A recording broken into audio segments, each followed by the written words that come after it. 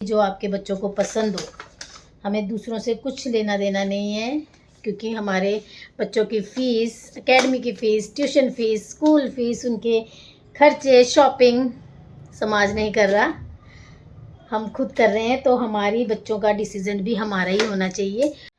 राम राम जी, कैसे हो आप सब? आप सब का मेरे व्लॉग में बहुत बहुत स्वागत है। आप सब ठीक होंगे, स्वस्थ होंगे और मेरे व्लॉग देख रहे होंगे। जिन लोगों ने मुझे सब्सक्राइब किया है उनका बहुत बहुत शुक्रिया, और जो लोग मेरे व्लॉग देखते हैं और मेरे चैनल को सब्सक्राइब नहीं किया वो प्लीज़ मेरे चैनल को सब्सक्राइब कीजिए, मेरी वीडियो को लाइक कीजिए, शेयर कीजिए, वॉच कीजिए। और बस आज ना सुबह सुबह ब्रेकफास्ट का सारा काम ख़त्म करने के साथ साथ मैंने ना लंच की सब्ज़ी भी बना ली थी। जब तक मैं किचन वगैरह साफ़ कर रही थी, बर्तन साफ़ कर रही थी, तब तक मेरी लंच की सब्ज़ी भी बन गई थी।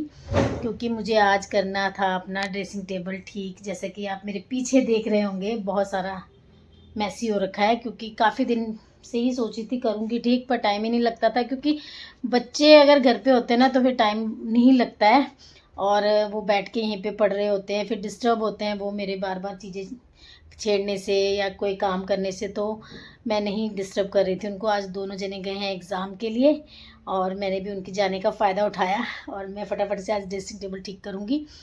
काफ़ी सारी चीज़ें ना टाइम टाइम पे ठीक करते रहो तो टाइम टाइम पे फेंकी जाती है। जैसे कि एक दो बॉटल्स खाली हैं परफ्यूम की, ऑयल की, वो वैसे की वैसी पड़ी रह जाती हैं।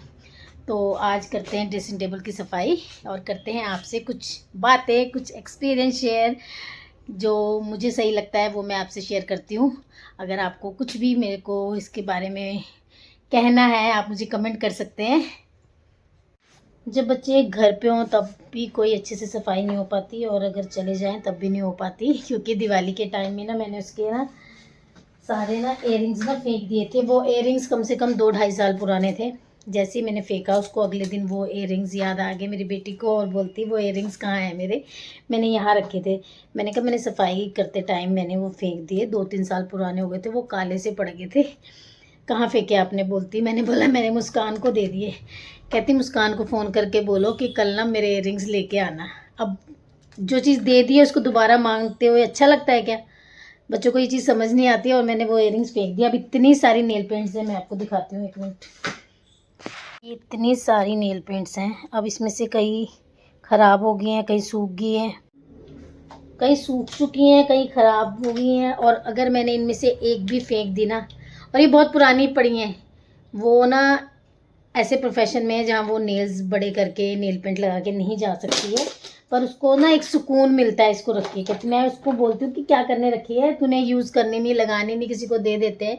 तो कहती नहीं नहीं, अंदर से ना एक सुकून मिलता है। इतनी सारी नेल पेंट्स हैं मेरे पास, इतनी सारी कलेक्शन है। जब तुमने लगानी नहीं तो फिर पता नहीं क्या करके इतना ढेर करके रखते हैं, मुझे समझ नहीं आता।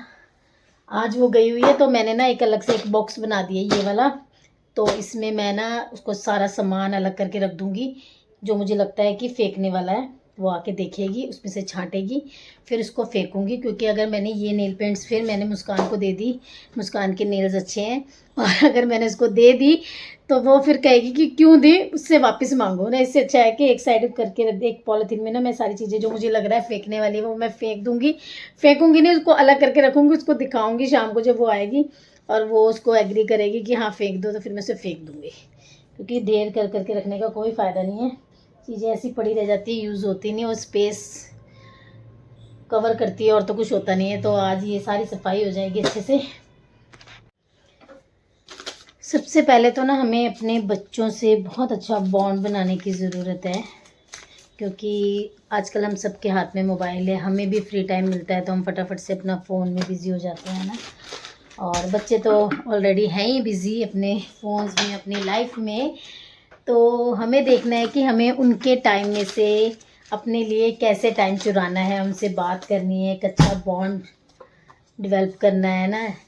तो कोशिश करनी है कि बच्चा हर चीज़ आपसे शेयर करे। बच्चा आपसे हर चीज़ तब शेयर करेगा जब आप उसकी किसी भी क्वेश्चन को ना नेगेटिव वे में नहीं उसको रिप्लाई करोगे, उसको पॉजिटिव वे में रिप्लाई करोगे। मतलब उसको ऐसा लगे कि अगर मैं मम्मी को पापा को कुछ बात बताता हूँ ना तो वो मुझे उस चीज़ के लिए मना नहीं करते, उस चीज़ के लिए समझाना बहुत ज़रूरी है। करती हूँ कि अगर वो मुझे बाहर से आके कुछ बता रहा है ना कि हाँ उस बच्चे ने ऐसा किया तो उसके साथ ऐसा हो गया, तो मैं ये कोशिश करती हूँ कि मैं उसे ये ना बोलूँ कि तू उस लड़के के साथ बात नहीं करेगा।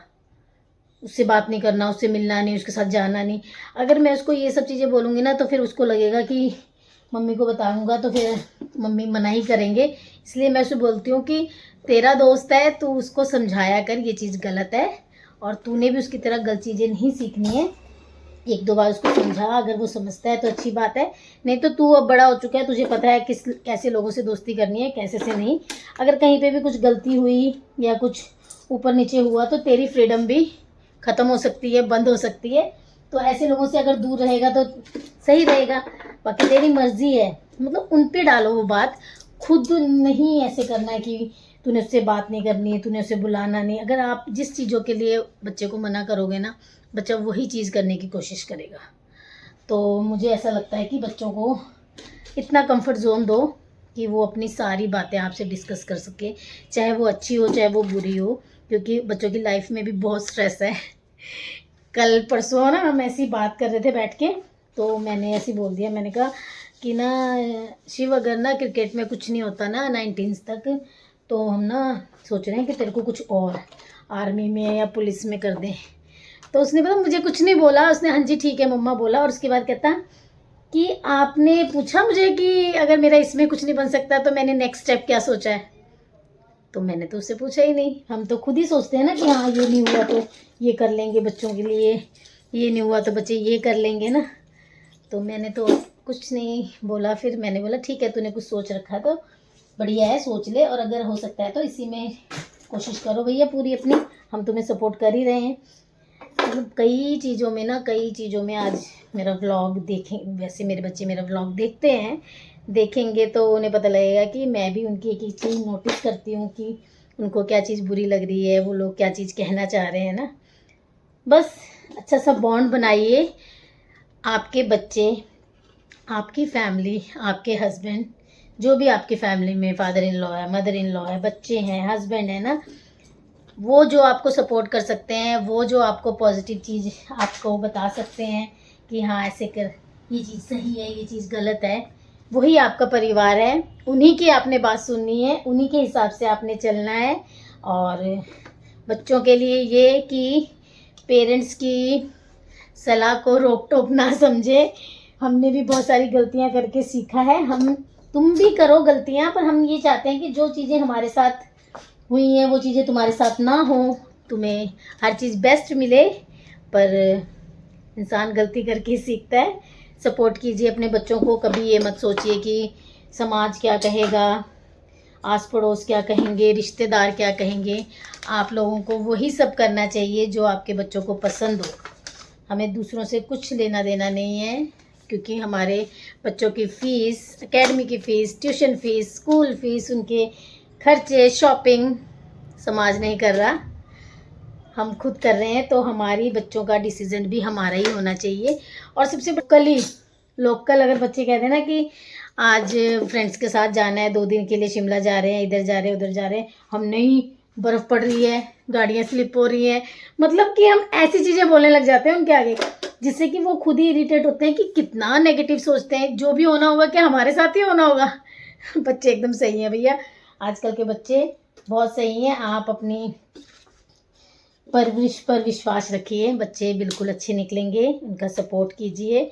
जो आपके बच्चों को अच्छा लगता है करना अपनी फ्यूचर में, अपनी लाइफ में, आप उनकी बात सुनिए और मिलके रहिए, एंजॉय कीजिए। मम्मियाँ अपना ध्यान रखिए, क्योंकि अगर एक मम्मी पॉजिटिव होती है ना तो पूरा घर पॉजिटिव होता है। अगर एक मम्मी को टेंशन होती है ना कि हाँ ये ऐसे करेगा तो इसको ऐसे चोट लग सकती है, तो सारे घर में वही टेंशन फैल जाती है कि हाँ चोट लग सकती है, चोट लग सकती है। तो बस मैं अपने व्लॉग में अपने एक्सपीरियंस शेयर करती हूँ, जो मैं सर्वाइव कर रही होती हूँ बच्चों के साथ, और जो मैं सीख रही हूँ बच्चों से।